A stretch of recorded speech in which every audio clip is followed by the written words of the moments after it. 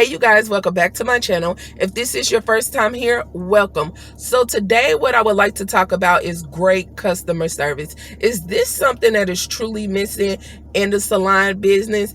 And having great customer service, will it get you a long way? Well, I would like to answer those questions and also leave you guys with my 10 top customer service skill tips that I have learned that have taken me to the long haul in this business after today's intro.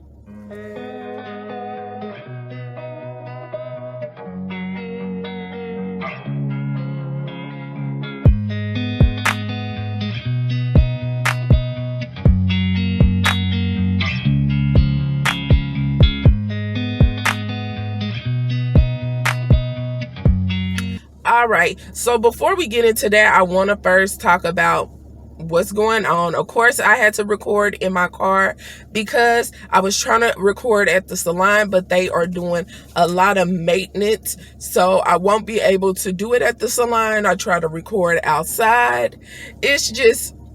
It's giving record in your car for me. So that's what I'm going to do, but I promise you this, you guys, this information is very important. So let's get into it. So in this industry, customer service is crucial. It really is essential, you guys. So I do understand that sometimes this is overlooked because we are busy doing so many other things that you could think that customer service can lack, but no, it can't, because we have so many stylists that is great at what they do. They are very, very talented, and anybody would love to get them to do their hair. But your customer service will have you having so many people and so much money walking out your door simply because of the words please, thank you, you're welcome, and so forth and so on is not applied by you. So I wanted to highlight that having great customer service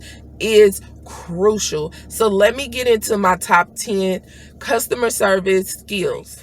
Being consistent online. You might think to yourself, what does my online presence have to do with customer service? But being consistent builds a character in you. I initially started my business by posting on my social media 5 times a week, and now I have kind of pull back to every other day.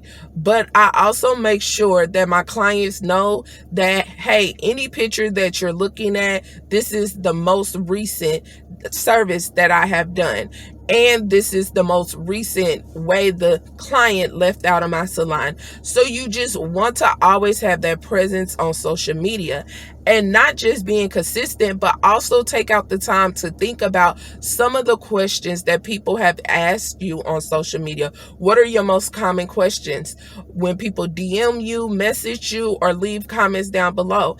And take those top 3 or top 5 questions, take out time to really think about how would you respond in the most polite way. Put that in your phone, so all you have to do is copy paste, and you don't have to worry about sending a message when you're irritated, sending a message when you're upset, sending a message to somebody and you feel like, well, this is already posted on my website or it's already there. It's no need to get upset or have a attitude about it, and I understand how it can be frustrating. So already have them pre-text information there will save you a lot, you guys. Having consistent salon operating hours. And what do I mean by this? If you are open Thursday through Sunday from 10 to 7, every Thursday through Sunday from 10 to 7, you should be open and available to take customers. So if someone books on your site within those hours, you can immediately get up and meet them at the salon, so no one is wasting time. And the days that you are not available, you're not available. But do not be the stylist that says, I'm available on Mondays, but next Monday you're not available. Or I'm available on Tuesdays, but the following Tuesday after that you're not available. No, be consistent with your hours. Come up with however many days you are available. If you are a part-time stylist and you only can provide 3 days, let that be 3 consistent days every day, every week through the year that you are available. Consistent operating business hours. It means that you are not playing with your customers.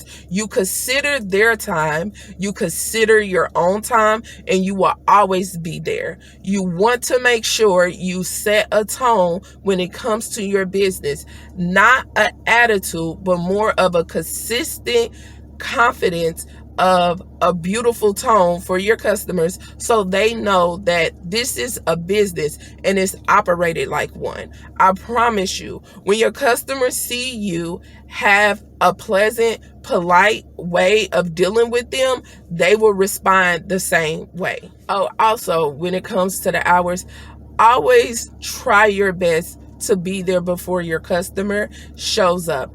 I usually try to be at my salon like 30 minutes before my client get there, or even sometimes I'm there a little bit earlier than that. But you always want to be there before your client is there. You always want to have everything out and ready, so when your client get there, you can immediately get to doing their hair.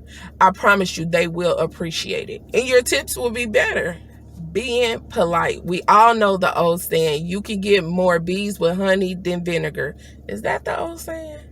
I believe that's how I say it. But anywho, basically, being nice will take you a long way. I understand you're constantly dealing with a lot of things. I am constantly dealing with a lot of things. But honestly, being polite, saying thank you, saying even if you need to apologize, I apologize, or you're welcome, or anything, using polite terms will get you to the long haul. If you find yourself taking too long to respond to someone, it's nothing wrong with saying, I do apologize for the delay, but here is the answer to whatever question you have. You want to always set the tone for your client to understand that they are going into a pleasant environment, because once they feel that way, I promise you, you guys, they will come in relaxed. They will come in open to hear what you have to say, and they will come in ready to pay for the service. And you also set the tone with how you want your business to be perceived and how you would like someone to treat your business. When you just be polite, saying thank you will get you a long way. Saying you're welcome, laughing, smiling, showing moments of joy, showing that you're happy to do your job, showing that you're actually happy to service this person. You are in a service-based business. Pre-plan for negative feedback. And so what I mean about that, think about what you do. What are some of your number one things you do in the salon? And what are some of the drawbacks? So one of the things that I always do most every week is silk press. So I think about what are some of the things that I have received from other customers that have been a drawback, that I can come up with a response for my customers moving forward. So when I am giving my consultation, I always let my clients know how a silk press can change, and it reverting back can be different depending on the humidity, the hair texture, if your hair is dehydrated. These are some of the things that can change in your hair reverting back. I let them know that some people have their silk press and it lasts for 2 weeks to a month, and then some people, they get their silk press and it lasts for a couple of hours or even a couple of days. I can't guarantee which one you will be, but what I would always like to do is give you this information up front, and I also let them know, if you would like to change your service, here are some of the services that you can change it to. So you giving your customer the opportunity, and you giving them all the knowledge they need before they make the decision with you. They will appreciate that, and they will understand, okay, I'm making this decision and this is the information she gave me, and I'm still deciding to do it. Maybe they will, maybe they won't, but your brand, your name, your integrity is still intact. Consultations. Consultations are very important. This is where you and the client has the opportunity to interview each other, to understand each other, to see if you guys are a great fit. What you'll do in your consultation, you will ask your customer, what exactly are you looking for? You examine their hair to make sure if this service can be done. You give them the time frame, an estimated time frame of how long this can be. You'll let them know the tools and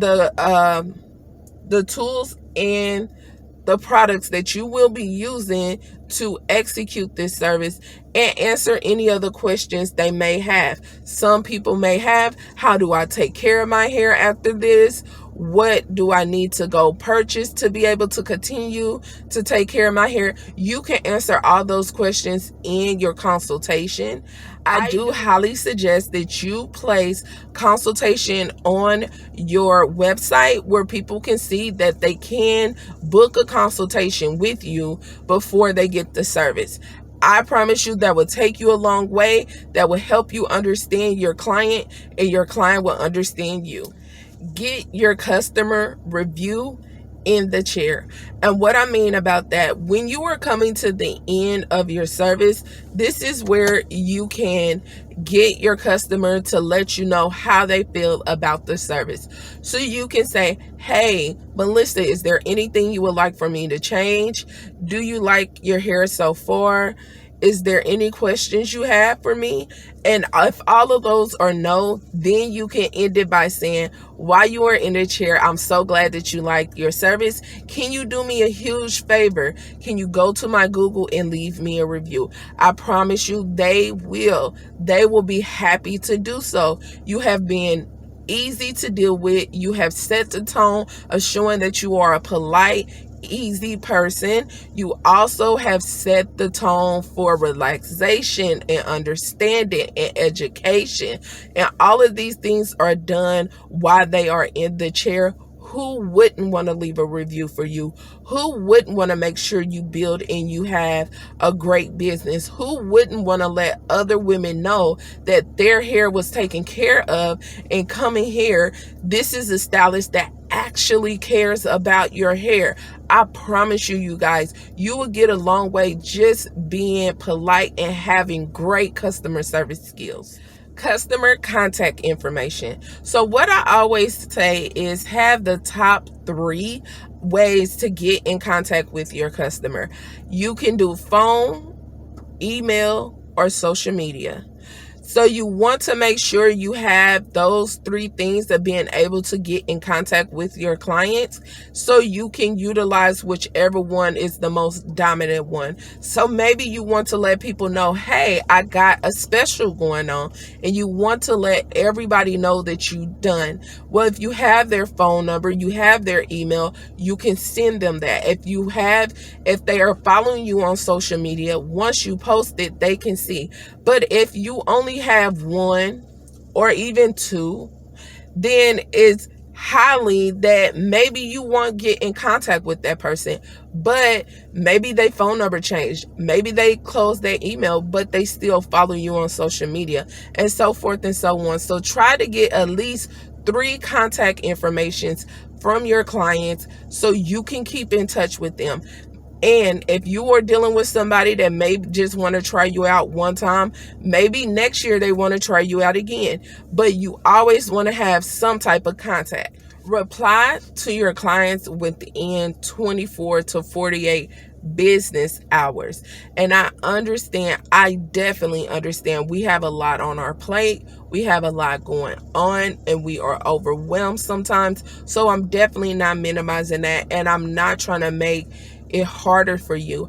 I just want you to know, if you have operating business hours and this is posted all over your social media, if you say you are open at 10 and I messaged you at 11:30 and it was on you open on a Monday, you're open on a Tuesday, you're open on a Wednesday, you're open on a Thursday, and you're open on a Friday, and you never message me back, then I feel ignored. I feel like you don't care, and I feel like my money is not valued with you at all.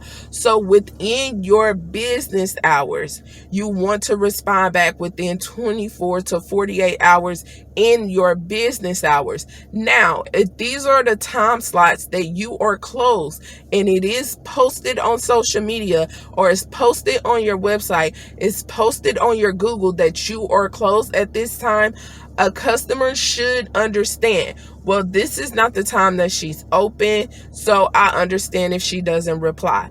And the next day that you are open within your business operating hours, immediately reply. Continuing to educate yourself. And what I mean, in the hair industry, is so big, it's so broad, and there's so many things you can do. So it's very crazy for anybody to believe that one hairstylist can do everything that's out there, because in this industry it's always something new, and it's always something that is pushed out there for somebody to want to change their hair, change the technique, change this, change that. So to tell you to be up on education when it comes to everything, no. This is why I always believe you should kind of narrow yourself down and be known for something.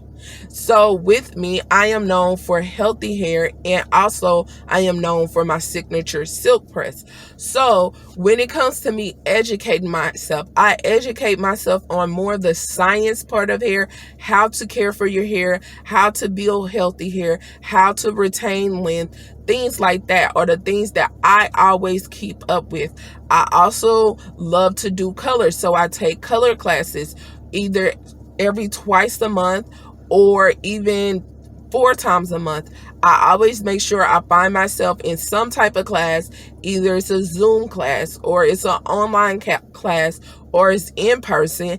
And also you have social media, but you don't want to strictly depend on YouTube, because it might throw you off, but everything is not on YouTube. Every great stylist is not on YouTube. Every great technique and how to execute something is not always on YouTube. So you want to find other ways to build your education, to build your skills, and to stand out. Prioritize healthy hair. Now, this is strictly for me, and I do think this is for stylists in general. Take the time to make sure you prioritize the health of someone's hair over the style. So if you see someone and you know that their hair is not healthy enough for this style, or you know that this style will bring more of a hindrance to their hair, let them know, hey, this is not the best style for you to do. These are the things I highly suggest, from my professional opinion, for you to do. And once you have done these things within this time frame, you can always come back and we can do this service.